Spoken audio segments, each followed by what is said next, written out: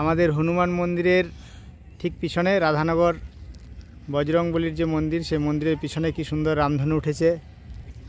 আমাদের স্বয়ং প্রভু শ্রী রামচন্দ্রের রামধনু সভায় বসেছেন। সমস্ত আমাদের ভগবানের যে কর্মাধ্যক্ষ সব, ঠিক আছে, কী সুন্দর রামধনু। মনে হচ্ছে যেন প্রভু শ্রীরামের সাথে বজরংবলী এক বিশাল সভায় বসেছেন।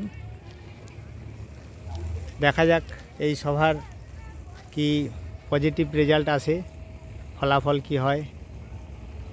ঠিক আছে, আমাদের হিন্দু বাঁচাও কমিটি ও রাধানগর বজরং যোদ্ধা এই সংগঠনের সম্মিলিত রূপ যে এক বিশাল আকার নিতে চলেছে, তার প্রমাণ এই রামধেনু বজরংবলী মন্দিরের ঠিক পিছনে।